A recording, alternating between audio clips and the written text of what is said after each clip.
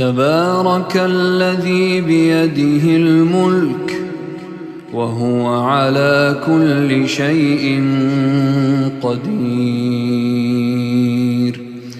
الذي خلق الموت والحياة ليبلوكم أيكم أحسن عملا وهو العزيز الغفور.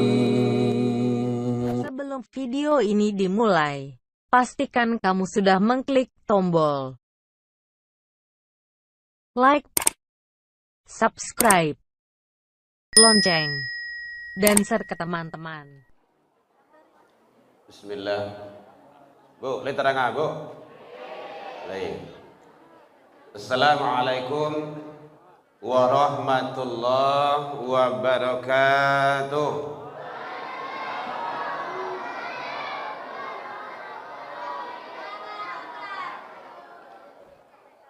Alhamdulillahilladzi unzilal Qur'an hudan linnas wa bayyinatin minal huda wal furqan. Ashhadu an la ilaha illallah wahdahu la syarikalah wa ashhadu anna Muhammadan abduhu wa rasuluh sallallahu alaihi wasallam la nabiyya ba'da amma ba'd. Hamdan wa syukran lillah, seluruh puji dan syukur selalu tiada hentinya kita ucapkan kehadirat Allah Subhanahu wa ta'ala. Alhamdulillah biidznillah wa qadarullah.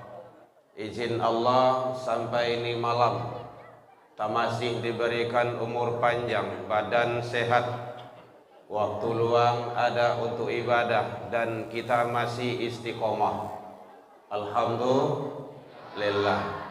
Mudah-mudahan semua nikmat karunia yang Allah titipkan ke kita selalu kita syukuri agar kita menjadi hamba yang bersyukur di sisi Allah hendaknya. Amin kalau Bu. Semangat ibadah. Tapi jangan amin ceme aslan dah. Itu doa tu. Amin penuh pengharap ke Allah. Salawat dan salam ke Nabi besar Muhammad sallallahu alaihi wasallam. Allahumma salli ala Muhammad wa ala ali Muhammad. Rasul akhir zaman sebagai junjungan kita, panutan bagi kita, harapan dan tumpuan hidup kita dunia akhirat. Semoga kita bisa bersama Rasul nanti di surganya Allah Subhanahu wa ta'ala. Amin ya Rabb. Yang sama kita hormati Bapak Ibu pengurus Masjid Syukur yang hadir, Bapak Ibu tokoh masyarakat, tokoh agama, tokoh pendidikan, kuangku nenek mama nan gadang basa betua, alim ulama cadiak pandai suluh bendang dalam nagari, kepai tempe batanyo kepulang tempe babarito, tagak nang gilo jo pituah duduk nang gilo jo kitab. Kaum ibu, bunduh kandung, para pemuda dan pemudi harapan agama, bangsa dan negara, anak-anak kita peserta pesantren yang hadir bersama kita, Masya Allah luar biasa. Gemuruhnya sangat hebat sekali. Tapi tak kalah solat tak satu pun yang suara. Ini hebatnya di sini nih. Ini entah panitia yang hebat, bapak ibunya yang mendidik yang sangat luar biasa. Yang jelas sudah sukses itu. Kadang dari awal sampai akhir mulai di pasaraya saja, tak masuk dalam solat. Di sini dalam solat, Masya Allah, ini benar-benar ini. Bukan memuji Bapak Ibu, memang itu adanya. Dan satu malam ini di sini saya lihat memang hening dan khusyuk kita dalam ibadah. Luar biasa. Bapak Ibu hadirin kaum muslimin, kalau tema diberikan panitia nuzul Quran, biasanya nuzul Quranku sudah tarawih. Tapi panitia kau tahu mungkin siap tarawih kau jangan pulang sesedoleh. Atau tinggal ustaz sekoleh gitu. Maka diambillah waktu dan kita manfaatkanlah sebaik-baiknya Bapak Ibu. Tidak lama, lebih kurang 10 menit lah. Gitu. Kalau tidak lebih kurang tuh mah. Kalau tidak kurang lebih gitu. Yang jelas sudah jalan 4 menit. Nah, gitu. Bapak Ibu hadirin kaum muslimin, kalau diurai panjang lebarnya masalah Al-Quran, habis air laut itu untuk sebagai tinta menguraikannya, tidak akan habis-habisnya itu Al-Quran. Diambil rantiang-rantiang yang ada di hutan itu sebagai pena, tak akan selesainya itu Al-Quran diuraikan. Begitu luas samudra Al-Quran itu. Kita sekarang yang penting-penting saja. Itu nampak dulu. Tidak banyak Bapak Ibu, hanya 2. Bu, boleh terang Bu? Tidak, mau kasih ibu-ibu yang duduk berkompok-kompok ni nah. Ibu-ibu di pojok ni. Yang ibu kau banyak lah macam kau. Oh, nak ya? Ya. Awak nak je dari amak awak. Ya, calon ibu-ibu lah gitu kan. Jadi 2 hanya pembahasan, hanya 2 tentang nuzul Quran malam ini. 1, manfaat membaca, mempelajari Al-Quran. 2, bahaya melupakan Al-Quran. 2 adalah tu. Mudah-mudahan selesai dalam waktu 10 menit ini. Kalau tidak selesai, tahun wisu alai. Kalau duit je. Bapak Ibu hadirin kaum muslimin rahimakumullah. Ternyata Al-Quran itu adalah sangat luar biasa. Apalagi kalau dapat dibaca oleh ahlinya. Salah satu contoh oleh imam kita tadi. Masya Allah. Yang sama kita muliakan Al-Mukarram, Al-Mutakramun. Semoga beliau panjang umur. Amin kalau Bu. Sehat selalu. Anak istri bertambah. Maaf Ustaz. Itu diaminkan jamaah tu pandai-pandai saya Ustaz dulu tu. Alah punya istri ya Bu? Alun lah. Alah lun. Alun. Ibu tandailah dari kini lah itu. Karena ahli Al-Quran. Ahli Al-Quran itu salah satu manusia yang mampu memberikan nanti syafaat, pertolongan di hadapan Allah di akhirat. Ada 10 orang yang diselamatkan oleh Al-Quran itu. Itu hebatnya. Bapak Ibu hadirin kaum muslimin rahimakumullah. Kita lihat di dalam Al-Quran surah Ali Imran ayat 164, Allah subhanahu wa ta'ala menyampaikan, laqad mannallahu 'alal mu'minin. Sungguh berubah mic awak mah. Suara Ustaz dekari mah, aku dilambean gitu. Memang suara vokal Bapak Ibu, keras. Tambah mic rancak loh itu kan. Nyambung tuh. Sungguh ada taukid di situ. Kalau bahasa awalnya sungguh yo bana-bana yo. Kan ada dulu dalam Al-Quran surah Al-Ahzab itu, laqad kana lakum fi Rasulillah. Sungguh telah ada pada diri Rasulullah itu. Kayak gitu. Di sini juga Allah sampaikan, sungguh Allah benar-benar memberikan kepada orang-orang yang beriman itu. Jadi Allah berikan ke orang yang beriman.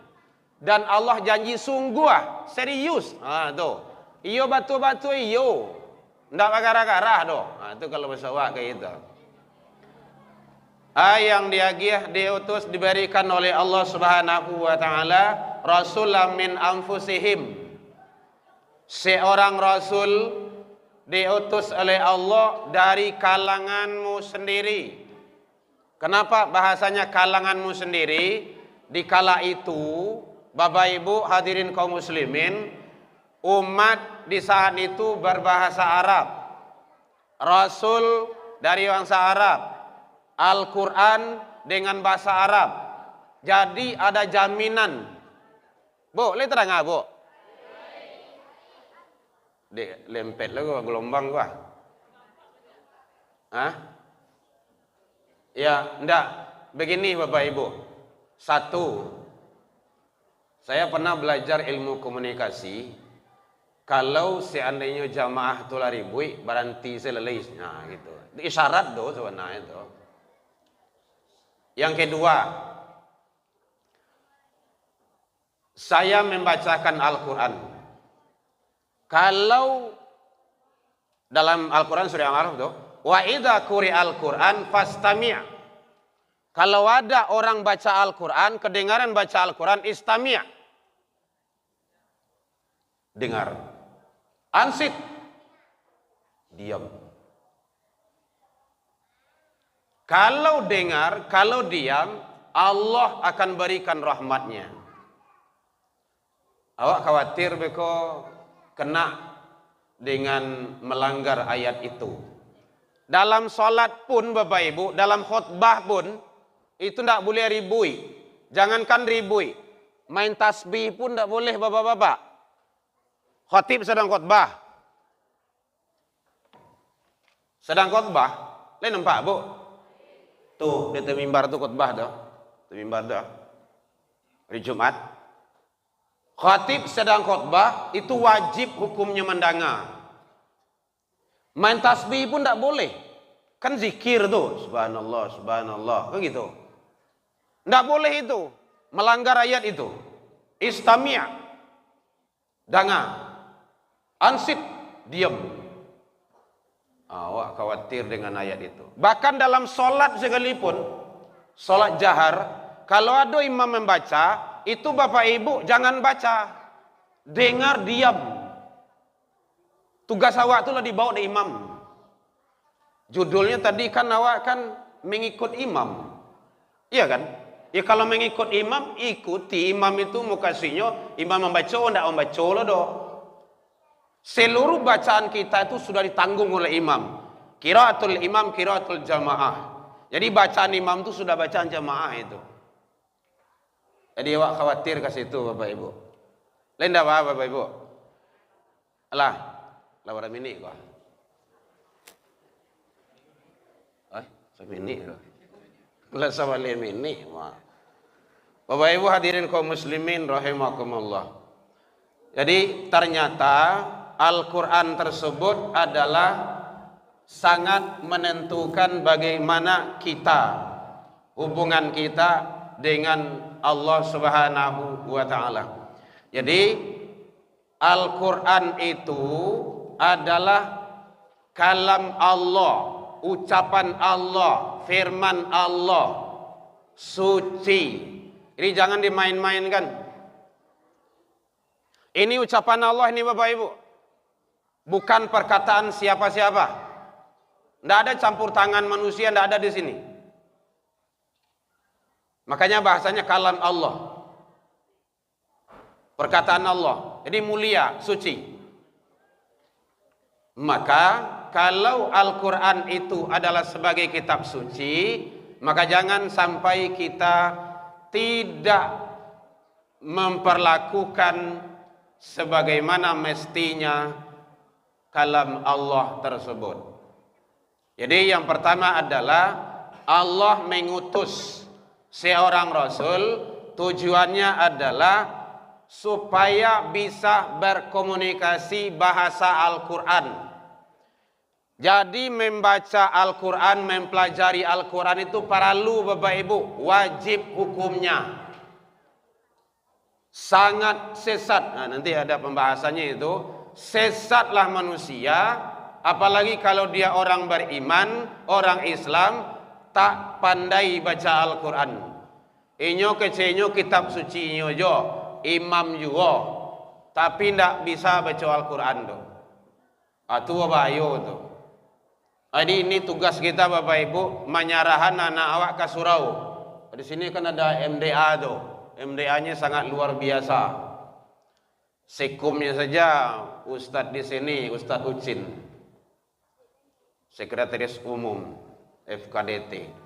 Bapak Ibu hadirin kaum muslimin, jadi pesan Allah yang pertama dalam Al-Quran surah Ali Imran ini, Rasulullah min anfusihim, itu adalah bahwa berbicara, berdialog, berkomunikasi, belajar, mempelajari Al-Quran, itu adalah perbuatan yang sangat mulia.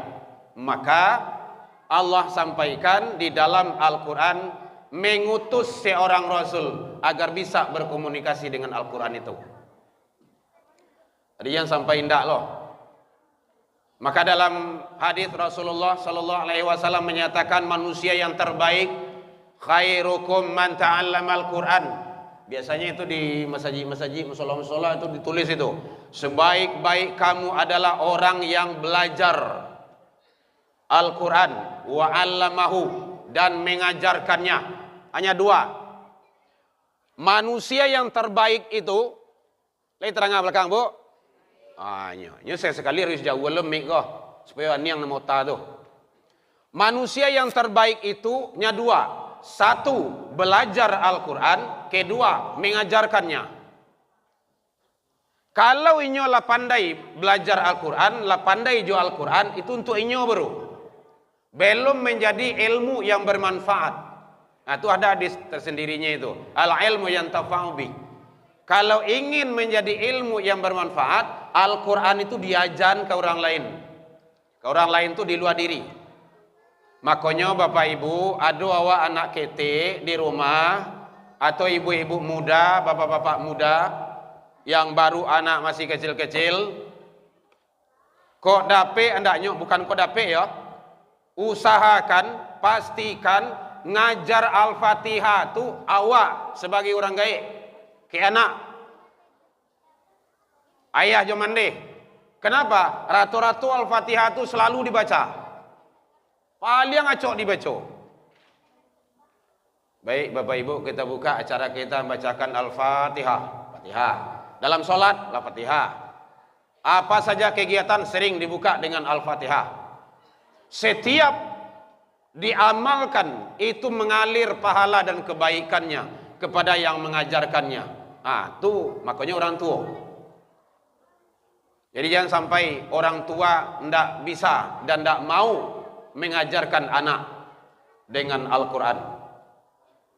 Jadi manusia yang terbaik itu adalah dia mempelajari Al-Quran dan mengajarkannya kepada orang lain. Jadi ternyata Bapak Ibu, guru-guru Al-Quran itu adalah makhluk manusia yang sangat mulia di sisi Allah dan Rasul. Jadi Bapak Ibu, kalau ingin mencari menantu, carilah ahli Al-Quran. Masukkan yang tadi beliau itu. Tapi tidak harus beliau, udah boleh yang lain gitu kan. Kalau beliau lah penuh, kau boleh buka cabang, buka yang lain. Kau Ustaz Ganteng adalah kau gitu kan. Benar Bapak Ibu. Kalau ada anak ampe di rumah Bapak Ibu, jadikan dia hafiz Quran. Tidak bisa awak menjadikan hafiz Quran, cari lembaga-lembaga yang bisa dan mampu. Ada, bisa, banyak MDA, TPQ, rumah tahfiz sekarang, pondok-pondok Al-Quran dan lain-lainnya, banyak. Kenapa? Karena syafaat Quran itu sangat luar biasa. Sangat luar biasa. Jadi, Bu, lihat aja Bu. Ndak sanang awak nanti di akhirat, inyo mencari awak membawa mahkota, nanti di hadapan Allah akan memuliakan orang tuanya. Ndak sanang awak Bu. Jangankan di akhirat, di dunia kau saja tak kala anak awak wisuda juz 30 saja. Ndak wisuda 30 juz doh, juz 30 saja. Oh, ndak tanggung kadang hati awak doh. Maniti-niti ia mata awak dibuih. Begitu mengharap anak, cucu awak. Apalagi nanti di hadapan Allah. Luar biasa itu Bapak Ibu. Jadi tugas kita masing-masing sebagai orang tua, belum ada kata terlambat. Ada anak awak, ada cucu awak, didik dia dengan sebaik-baiknya. Sarahan ke lembaga-lembaga yang belajar Al-Quran. Itu di Malaysia itu ada sebagian sekolah sebelum masuk perguruan tinggi itu anaknya itu sebelum TK malahan dia itu ada sekolah Al-Quran namanya itu. Jadi hafiz Quran dia. Besok kalau mau kuliah terserah. Mau kedokteran dia hafiz Quran. Mau menjadi insinyur dia hafiz Quran. Dia teknologi apa terserah, di mesin di mana dia hafiz Quran. Kalau dia sudah hafiz Quran sangat luar biasa Bapak Ibu.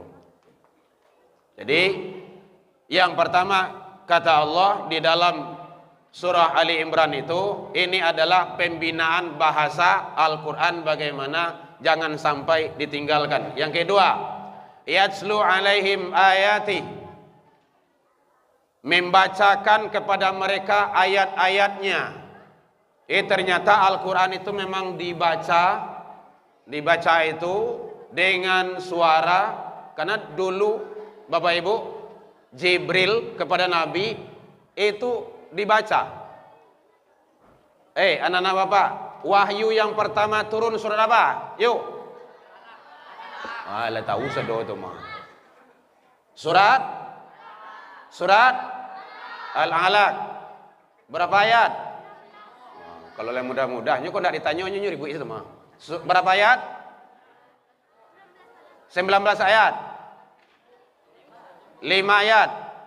Ayat yang pertama apa? Iqra. Lain tahunya itu. Karena nyawa raja itu. Iqra, apa artinya Iqra? Bacalah. Jadi perintah. Membaca Al-Quran itu perintah Bapak Ibu. Iqra, baca. Membaca ini ada dengan suara. Kalau dibaca kare, baca berulang-ulang, itu nanti namanya itu murajaah. Kalau salah bacaan diperbaiki, itu namanya tahsin. Itu metode lagi itu. Metode dalam menghafal. Maka baca yang betulnya, yang benarnya. Soal kalau lalengket beko itu susah memperbaikinya. Apalagi masuk perguruan tinggi Islam segini Bapak Ibu, masuk perguruan tinggi Islam itu dites membaca Al-Quran bahasa 5 PA saja. Bayangin itu, mau jadi apa nanti mereka? Awak masyarakat tahunya sarjana agama, karena sekolah agama. Jadi baca Al-Quran itu dengan sebaik-baiknya. Ini adalah proses pembinaan tilawah, agar bagaimana membaca yang baik, yang benar, mengikuti kaidah-kaidah ilmu tajwid. Yang ketiga, yaitunya dalam Al-Quran itu wa yuzakkihim. Ini pembinaan penyucian jiwa. Dengan banyak membaca Al-Quran, maka karat-karat jiwa-jiwa manusia itu akan bersih. Kata Rasul, hati manusia itu berkarat bagaikan karatnya besi. Ditanya oleh sahabat, ya Rasulullah, mahalumma ya Rasul, baca rubi ya Rasulullah. Kata Rasul, obatnya adalah qiraatul Quran, banyak baca Al-Quran, wa dzikrul maut, dan banyak ingat akan kematian. Jadi banyak membaca Al-Quran, banyak ingat akan kematian, hati manusia itu akan hilang dari karat-karatnya.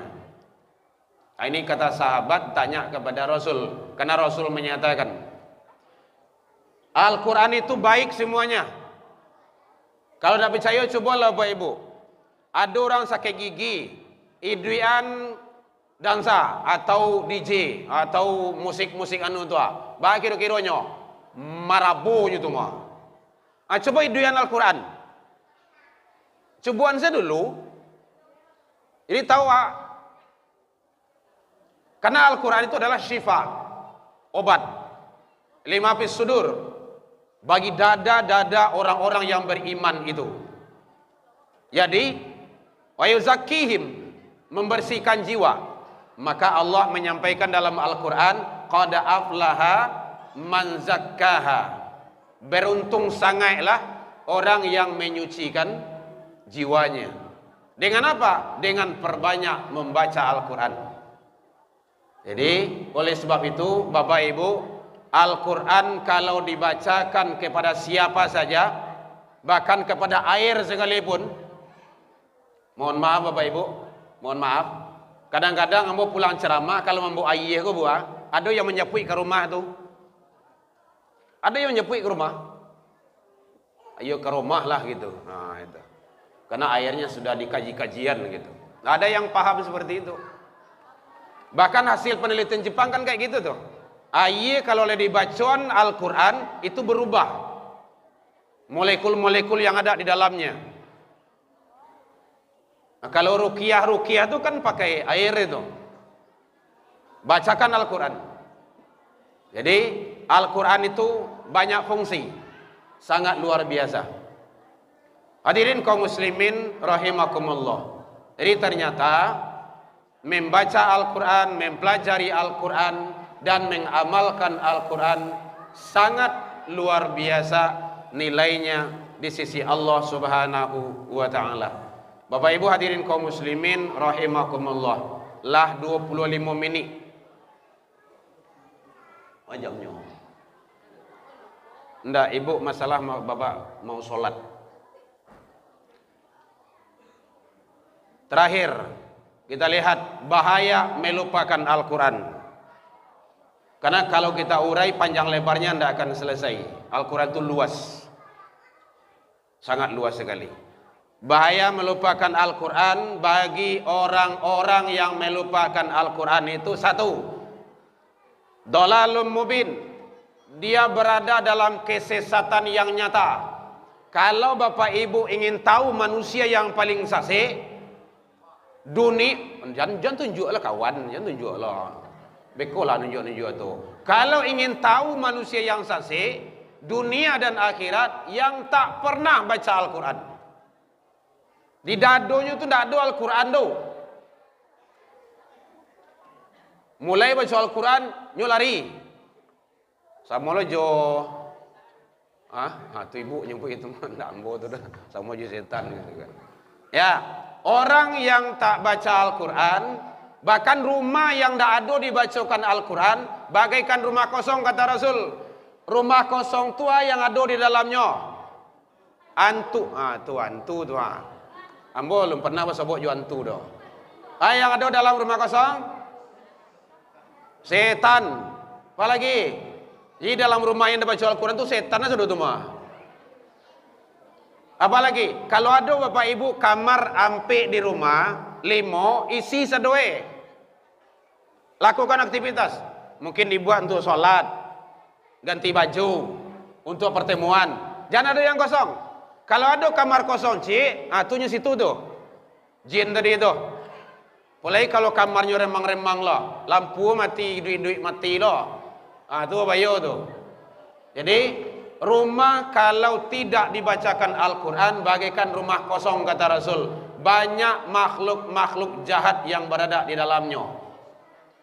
Kadang-kadang menjaga anak-anak jo ampe sebagai langsung sampai. Ndak dari 1 dah, 1, 2, 3 ndak.